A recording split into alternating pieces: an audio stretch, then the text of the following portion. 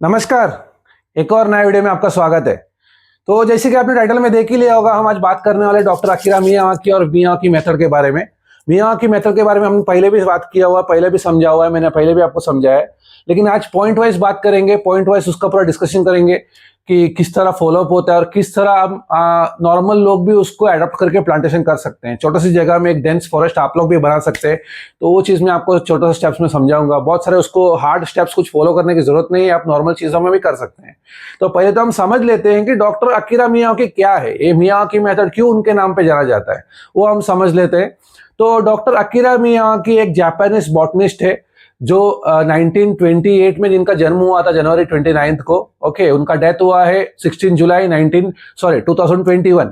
जब उनका डेथ हुआ वो 93 इयर्स के थे और 1993 से लगभग उनका डेथ होने तक as a director of Japanese centre for international studies in ecology उसका डायरेक्टर थे वो। और योकोहामा इंटरनेशनल यूनिवर्सिटी में एज ए प्रोफेसर भी उन्होंने काम किया हुआ है और इसके लिए उनका योगदान इतना बड़ा है इकोलॉजी में और बॉटनिस्ट का जो इसमें है बॉटनिकल एरिया में उनका इतना योगदान है। और ये Miyawaki forest all over the world उन्होंने जहाँ जहाँ उनको बैरन लैंड मिला, जहाँ जहाँ उनको एकदम खाली जगह मिला जो अनयूज था, जो यूसेबल नहीं था, वहाँ वहाँ उन्होंने प्लांटेशन किया हुआ है, वहाँ वहाँ उन्होंने ये पद्धति को अडॉप्ट किया हुआ है। इसी के लिए ये पद्धति को मियावाकी फॉरेस्ट बोला जाता है। उन्होंने एक नॉर्मल सा जंगल में जाकर जस्ट विजिट कर कर वहाँ क्या क्या पौधे उगे, कैसा प्लांटेशन हुआ है, क्योंकि नेचुरल वे में जंगल जो है नेचुरल वे का होता है, उसमें तो कुदरती बनाया हुआ होता है। तो वो कुदरती वे को सेम एडप्ट करके रेप्लिकेट करने का उनका प्लान था और वो बहुत बड़ा सक्सेसफुल हुआ। पूरा वर्ल्ड में उसको एडप्ट किया गया वो पद्धति को।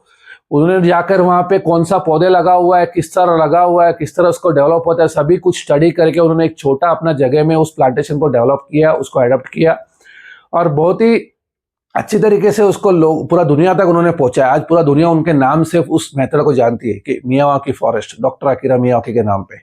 ओके, चलिए आगे समझते हैं, मियावाकी का स्टेप समझ लेते हैं, प्रोसीजर समझ लेते हैं। जैसे कि आप सामने देख रहे हैं, अपना पहला पॉइंट आता है लैंड सर्वे। अभी लैंड सर्वे में क्या होता है, कैसा होता है, मैं आपको समझाता हूँ। बहुत बड़ा प्रोसेस नहीं है लैंड सर्वे, इतना कुछ बड़ा साइंटिफिक चीज नहीं है, नॉर्मली कोई भी कर सकता है क्योंकि ये नेचुरल वे ऑफ प्लांटेशन हम करते हैं। हम कोई बहुत बड़ा लैंडस्केप या गार्डनिंग सिस्टम नहीं करते हैं, ऐसे एकदम सिंपलेस्ट मेथड ऑफ प्लांटेशन करते हैं, वही मियावाकी है। क्योंकि नेचुरल वे को एडप्ट करके उसको एक री सिस्टम डेवलप करना मियावाकी मेथड है। तो लैंड सर्वे बोलेंगे तो पहले तो जो जहाँ प्लांटेशन करना है, जहाँ हमने जगह देखा हुआ है, उसका थोड़ा एक सर्वे होगा कि उसका लैंडस्केप कैसा है, मतलब किस तरह उसका नेचुरल वे है। और प्लांटेशन हम एज इट इज करते हैं, उसमें कोई चेंजेस नहीं करते। ऐसा नहीं है कि थोड़ा स्लोप रहेगा तो उसको लेवल कर दो, खड्डा रहेगा तो उसको लेवल कर दो, या हाई पहाड़ रहेगा उसको तोड़ दो, उस तरह काम नहीं करते। अगर डूंगर रहेगा तो उसको एज इट इज डिजाइन करके हम प्लांटेशन करते हैं। तो लैंड सर्वे में स्केपिंग, अगर लैंडस्केपिंग देख लेते हैं एक बार, और किस तरह का लैंड है, स्टोनी है, रॉकी है या मडी है या कुछ कीचड़ टाइप है या कुछ एकदम उस प्रकार का चीज हम उसको नोटिस करते हैं किस तरह है, क्योंकि उसको हम उसके हिसाब से प्रोसेस करना पड़ता है। उसके बाद हम उसमें देखते हैं कि सॉइल का मात्रा कितना है, बहुत नीचे स्टोन्स चालू हो जाता है या ऊपर स्टोन्स चालू हो जाता है, तो उसके हिसाब से हमको उसको डेवलप करना पड़ता है। उसके बाद हम उसको एरिया मेजरमेंट करते हैं, कितना क्या है, पूरा लैंड सर्वे का एक मेजरमेंट होता है, कितना एरिया है तो उसमें कितना प्लांटेशन कर सकते हैं, उसका पूरा स्टडीज होता है। सेकेंड पॉइंट हमारा आता है अथॉरिटीज का परमिशन ऑफ अथॉरिटीज।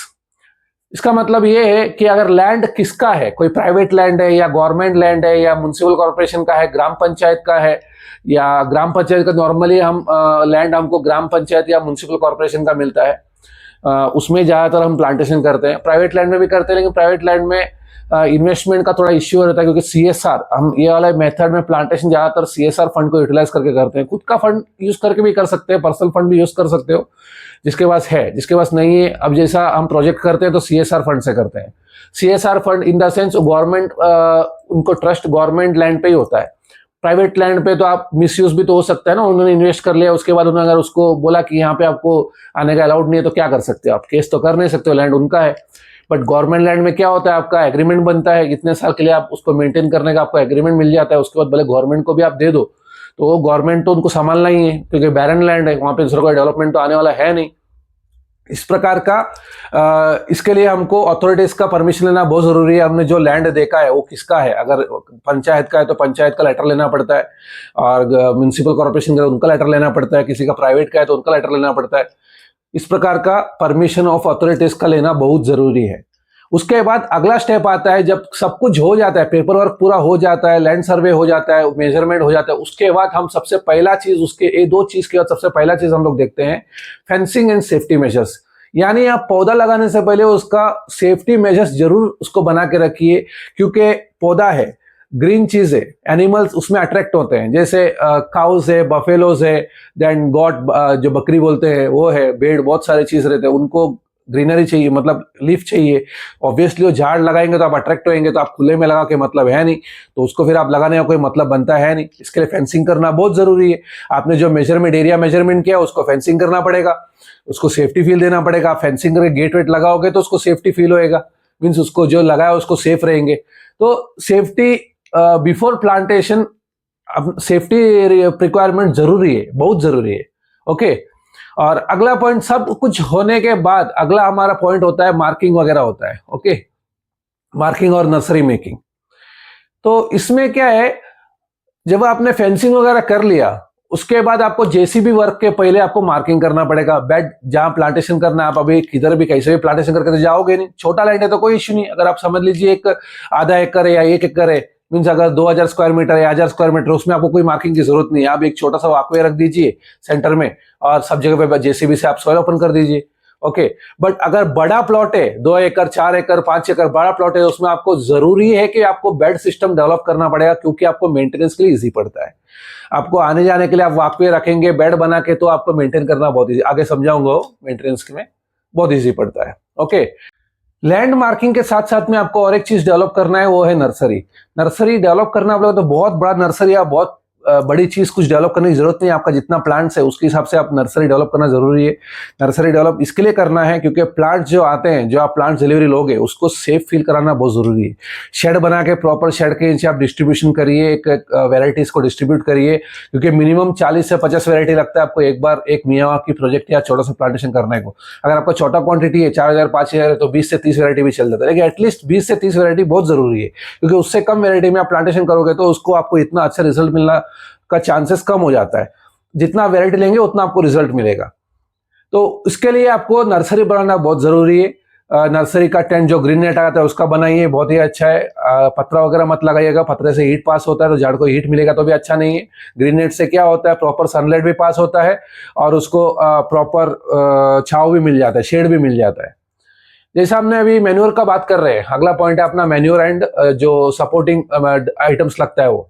मैन्योर में हमारे पास ऑर्गेनिक कंपोस्ट सबसे बेस्ट है, कोई भी केमिकल कंपोस्ट कभी भी यूज मत कीजिएगा। ऑर्गेनिक कंपोस्ट सबसे बेहतरीन रहता है झाड़ों के लिए, प्लांट्स के लिए, उनका हेल्थ के लिए।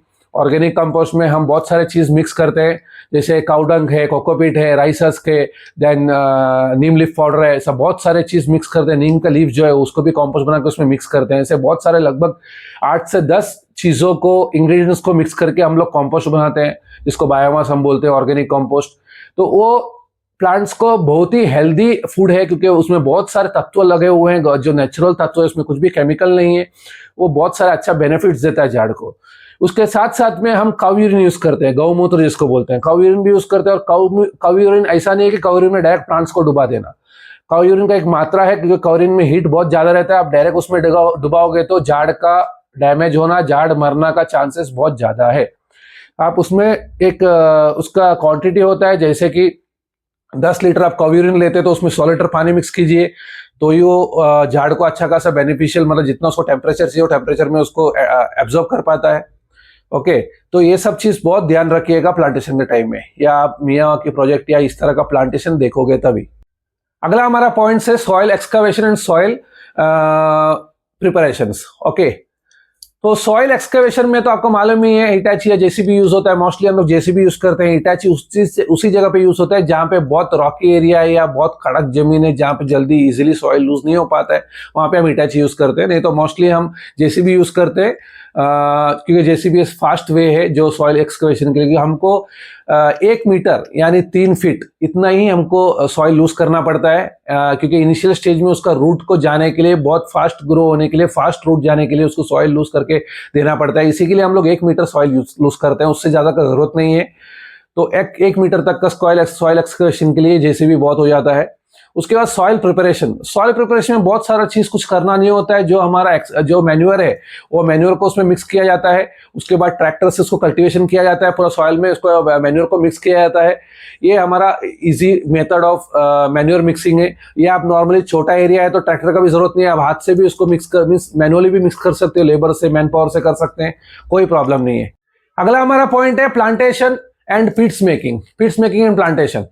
ये सब सॉइल प्रिपरेशन होने के बाद हम लोग उसको मैनुअली खड्डा करते हैं। कोई मशीन से या कोई मशीनरी यूज नहीं करते हैं, उसमें मैनुअली करते हैं, मैन पावर लगा के। क्योंकि मियावाकी मेथड में 1.5 से 2 फुट का अंतर्गत में प्लांटेशन किया जाता है। 1.5 से 2 फुट के लिए आप मशीनरी से कोई खड्डा करने की जरूरत नहीं है।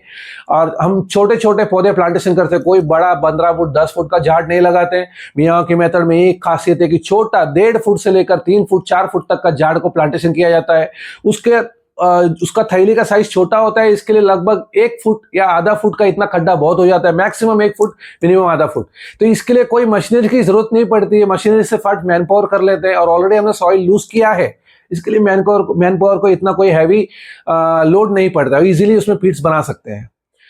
और उसके बाद हम उसमें प्लांटेशन करते हैं। जो बनाया हुआ पीट्स अब ट्रायंगुलर शेप में पीट्स को डेवलप करते हैं, क्योंकि कन्वेंशनल मेथड नहीं है। मियावाकी मेथड का एक खासियत है, कन्वेंशनल मेथड में लाइन से या तो एक स्ट्रेच में रस्सी बांधकर मार्किंग कर 10-10 फुट में प्लांटेशन करते हैं, या 6-6 फुट 7-7 फुट में प्लांटेशन करते हैं। बट मियावाकी में 1.5-1.5 फुट में प्लांटेशन होता है और जिगजैग वे में होता है। यानी हमने 2 खड्डा बनाया, 2 का पीछे का लाइन, 2 का बीच में एक खड्डा होता है, वो जिगजैग शेप में प्लांटेशन जाता है। इससे क्या होता है, डेंस फॉरेस्ट डेवलप होता है। और कोई एक बार वो फॉरेस्ट बनने के बाद उसके अंदर ह्यूमंस को जाना इंपॉसिबल हो जाता है।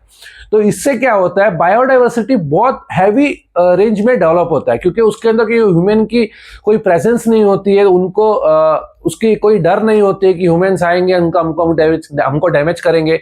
इस सेफ फील्ड के द्वारा वो लोग अंदर बायोडाइवर्सिटी बहुत ह्यूज मात्रा में डेवलप होता है।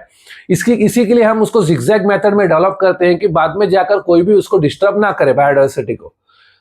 अभी अगला हमारा पॉइंट है मल्चिंग एंड सपोर्टर्स। मल्चिंग में जैसे कि मैंने आपको पहले ही बताया, हम लोग ड्राई ग्रास यूज करते हैं, जिसको घोड़ा घास भी बोलते हैं, वाइल्ड ग्रास भी बोलते हैं, वो हम लोग यूज करते हैं। दूसरा, आप राइस रॉ भी यूज कर सकते हैं, चावल का घास भी यूज कर सकते हैं, कोई प्रॉब्लम नहीं है। लेकिन चावल घास क्या है, 1 से 1.5-2 महीने का ही उसका वैलिडिटी रहता है, उसके बाद वो अपने आप डिकम्पोज हो जाता है। लेकिन घोड़ा घास क्या है, वाइल्ड ग्रास क्या है, लगभग 6 महीने से 8 महीने तक का उसका वैलिडिटी रहता है, उतना लंबा वो ड्यूरेबल रहता है। इसके लिए हम लोग वो यूज करते हैं, क्योंकि इनिशियल 6 मंथ्स प्लांट्स को सेफ्टी देना, केयर करना बहुत ही जरूरी है। धूप अगर जमीन में डायरेक्ट गिरेगा, उसका रूट को धूप लगेगा, झाड़ को ग्रो होने को टाइम लगता है, बहुत स्लोली ग्रो होएगा। उसके जगह पर आप जब मल्चिंग कर देते हैं, उसको नीचे ठंडा मिल जाता है, छांव मिल जाता है रूट को, तो उसको जब पानी भी साथ में मिलता है तो बहुत फास्ट ग्रो होता है। इसके लिए हम लोग मल्चिंग करते हैं। दूसरा है बाम्बू सपोर्टर्स। बाम्बू सपोर्टर इसके लिए देते हैं कि झाड़ को सेफ्टी फील होना जरूरी है, उसको स्ट्रेटनेस देना बहुत जरूरी है, नहीं तो क्रॉस टेढ़ा मेढ़ा कैसे भी जाएगा, नेचुरल फॉरेस्ट है तो कोई सपोर्ट नहीं मिलेगा, टेढ़ा मेढ़ा जाएगा। इनिशियल स्टेज में जो वीक प्लांट्स रहते हैं, जो ऑलरेडी स्टेबल है, जो सनलाइट से खड़ा हो जाता है, कुछ वेराइटी ऐसे रहते हैं, नीम, मैंगो, पेरू, ये सब जो है ना, ये अर्जुन, ये सब प्लांट जो है सनलाइट का, जब सनलाइट गिरता है तो अपने आप स्ट्रेंथ होकर खड़ा हो जाता है, तो उसको सपोर्ट की जरूरत नहीं है। उसके अलावा बहुत सारे प्लांट्स ऐसे जो नाजुक प्लांट रहते हैं, उसको सपोर्ट की बहुत जरूरत है, तो उसको हम बाम्बू स्टिक सपोर्ट देते हैं। जैसे हमने 10,000 पेड़ लगाए तो उसमें मुश्किल से 4 से 5,000 पेड़ों को सपोर्ट लगता है, बाकी को सपोर्ट नहीं लगता है। तो ये सपोर्ट सिस्टम है, उसको हम एक सपोर्ट स्ट्रेंथ देना पड़ता है, क्योंकि उसको फील होना चाहिए कि मुझे भी कोई ख्याल रख रहा है। अभी अगला अपना पॉइंट है maintenance and watering and maintenance. देखो, झाड़ लगाना, पेड़ लगाना, पौधे लगाना, माँ के नाम एक पौधे बोलना बहुत बड़ी बात नहीं है, वो तो सब लोग करते हैं, कोई भी कर सकता है। एक पेड़ लगा के अपना फोटो वीडियो ले लिया, चला गया। उसके बाद क्या, वो पेड़ लगाने के बाद कौन देखेगा उसको, कौन संभालेगा, ये भी हमको ख्याल रखना बहुत जरूरी है। पेड़ लगाना बड़ी बात नहीं है, पेड़ को लगाकर उगाकर उसको स्टेबल करना, सेटल करना, ये हमारा जवाबदारी है, ये हमारी जिम्मेदारी है, हमारी रिस्पॉन्सिबिलिटी है। ये सभी को समझना बहुत जरूरी है, क्योंकि एक झाड़ लगाकर आप उसको पानी देकर बड़ा करने के बाद ही कुछ उसको मतलब है। आप लगा के छोड़ दोगे तो मर जाएगा, मतलब क्या है, वो ना धरती का बेनिफिट का हुआ ना आपका बेनिफिट का हुआ। एक झाड़ यानी आपको हर चीज देता है, फल फूल, दवा, पानी, हर चीज। हम जो भी कंज्यूम करते हैं, ह्यूमन बीइंग जो भी कंज्यूम करता है, उसका 90% योगदान पेड़ों का है। तो ये हमको समझना बहुत जरूरी है। तो watering is the priority point of plantation, क्योंकि उसके अलावा प्लांटेशन का कोई मीनिंग ही नहीं बनता है। इनिशियल स्टेज से आपको वाटरिंग करना पड़ता है। तो वाटरिंग का बेस्ट मेथड हम लोग देते हैं इरिगेशन सिस्टम, स्प्रिंकलर के थ्रू। आप ड्रिप इरिगेशन के थ्रू भी वाटरिंग कर सकते हैं, स्प्रिंकलर के थ्रू भी कर सकते हैं। डिपेंड्स कि एरिया कैसा है, एरिया का लेआउट कैसा है, उसके हिसाब से हमको डिजाइन करना पड़ता है। मोस्टली हम लोग प्रीफर करते हैं स्प्रिंकलर, क्योंकि स्प्रिंकलर से क्या होता है, एक स्प्रे फॉर्म में वाटरिंग गिरता है। स्प्रे फॉर्म से बेनिफिट क्या है, जब पेड़ों को बारिश की तरह पानी गिरता है ना, तो उसको ज्यादा ऊर्जा मिलता है और फास्ट ग्रो होने का उसको ताकत मिलता है। नीचे डायरेक्ट रूट में पानी गिरने से क्या होता है ना, उसका एक तो मेन इश्यूज क्या है, इतने सारे धूल उड़ते हैं, वो सब जाके उसका लीफ में गिरते हैं। लीफ में गिरने से क्या होता है ना, उसको ब्लॉकेज होता है, एक वॉल रेडी होता है, जिससे उसको फोटोसिंथेसिस मिलता नहीं है, वो ब्लॉक हो जाता है। स्प्रिंकलर से क्या होता है, पूरा उसका लीफ में पानी गिरता है, लीफ के थ्रू रूट में जाता है, तो लीफ साफ होते रहता है, लीफ का लेयर क्लियर होते रहता है, उधर फोटोसिंथेसिस बहुत फास्ट लेता है। इसके लिए मियावाकी मेथड में इतना फास्ट ग्रोथ का रिजल्ट है। तो वाटरिंग का ख्याल रखना बहुत जरूरी है। कैसे भी आप वाटरिंग दो, लेकिन वाटरिंग देना बहुत जरूरी है। इनिशियल स्टेज में फर्स्ट 6 मंथ्स में 2 टाइम्स वाटरिंग देना बहुत जरूरी है। मिनिमम 1 लीटर ऑफ वाटर पर प्लांट देना बहुत जरूरी है। उसके बाद मेंटेनेंस, वो भी हमारा एक सेकेंडरी, प्राइमरी वाटरिंग है, मेंटेनेंस सेकेंडरी है। ओके, बहुत ही इंपॉर्टेंट काम है मेंटेनेंस, क्योंकि मैं जैसे कि आपको बताया, झाड़ लगाना बड़ी बात नहीं है। झाड़ को फोटो लगा के फोटो खींचा, वीडियो खींचा, सोशल मीडिया में डाल दिया, बहुत बड़ी बात नहीं है। उसको मेंटेन करना बहुत बड़ा बात है, क्योंकि 3 साल तक आपको कंटिन्यूस को मेंटेन करना पड़ता है। 3 साल तक उसको आपको लाइफ देना पड़ता है, तब जाके एक अच्छा पेड़ डेवलप होता है, अच्छा जंगल डेवलप होता है। एटलीस्ट आपको 2 साल उसको बहुत केयरफुली आपको देखना पड़ता है। हर टाइम उसको विजिट करने के लिए आपको आदमी रखना पड़ता है। हर 2 महीने में उसको हमारा कोई भी उसको रूटीन चेकअप होता है। Means checkup in the sense उसको देखते हैं क्या है, कुछ कहीं भी उसको कोई बीमारी पकड़ रहा है, कुछ हो रहा है। जैसे डिवीडिंग है, डिवीडिंग क्लियर करना पड़ता है। इनिशियल स्टेज में फर्स्ट ईयर में कम से कम 3 से 4 बार डिवीडिंग करना पड़ता है। उसके बाद एक बार झाड़ बड़ा हो गया, नीचे धूप गिरना बंद हो गया, उसका डिवीडिंग नहीं आता है। तो ये सब चीज बहुत ख्याल रखना जरूरी है हमको, क्योंकि हम कभी भी ये सब चीज देखते नहीं है। इसके लिए हमारा सबसे बड़ा दिक्कत है, हम सिर्फ हमारे मतलब के लिए चीजें करते हैं। जैसे हमारा प्रमोशन हो, उसके लिए हम पेड़ लगाते हैं, उसके लिए फोटो खींचते हैं, उसके लिए वीडियो खींचते हैं। इस तरह नहीं होना चाहिए। हमारा लगाया हुआ पेड़ कल उठकर फ्यूचर जनरेशन को, एनवायरनमेंट को बहुत बड़ा योगदान है, ये देखना बहुत जरूरी है। ये सब चीज के बाद हमारा होता है कंप्लीशन। जैसे कि डिपेंड करता है, कोई प्रोजेक्ट 3 साल का होता है, कोई प्रोजेक्ट 5 साल का होता है, कोई प्रोजेक्ट 2 साल का होता है। जिस तरह उसका एमओयू बनता है वो है। अगर 3 साल का है तो 3 साल तक हम उसको टेक केयर करते हैं। 3 साल के बाद हम जिसका भी है, अगर प्राइवेट प्रॉपर्टी है तो प्राइवेट उनको हैंड ओवर करते हैं, और गवर्नमेंट की लैंड है तो गवर्नमेंट को हैंड ओवर करते हैं, पंचायत का है तो पंचायत को हैंड ओवर करते हैं, अगर म्यूनिसिपैलिटी का है तो उनको हैंड ओवर करते हैं। तो हम 3 साल या 5 साल जो भी है उसका टर्म्स रहता है, उसको पूरा हम लोग अच्छी तरह से केयर करते हैं, उसके बाद उसको हैंड ओवर करते हैं। ओके, तो आपको ये मियावाकी सिस्टम समझना बहुत जरूरी है। ये आप किधर भी कर सकते हैं। आपके घर का आंगन में 500 पेड़ भी लगा सकते हैं, 1000 पेड़ भी लगा सकते हैं, 100 पेड़ भी लगा सकते हैं। उसको आप अच्छी तरह से केयर करिए। उधर आपको कोई टर्म्स वैल्यूएबल नहीं रहता, क्योंकि वो आपका खुद का जगह है। आप उसको 3 साल तक देखिए, 5 साल तक देखिए, आप लाइफ टाइम देख सकते हैं। जितना आप उसको केयर करेंगे उतना आपको भी केयर करेगा। ओके, तो होप आपको मियावाकी प्लांटेशन का कुछ पॉइंट्स, जो इंपॉर्टेंट पॉइंट्स है, मैंने वही समझाया है, वो आपको समझ में आया होगा। ये चीजें फॉलो करके आप खुद का फॉरेस्ट भी बना सकते हैं। आपका योगदान धरती माँ के लिए, आपका योगदान भी आप दे सकते हैं। जरूरी इसमें आप लुकआउट करिए।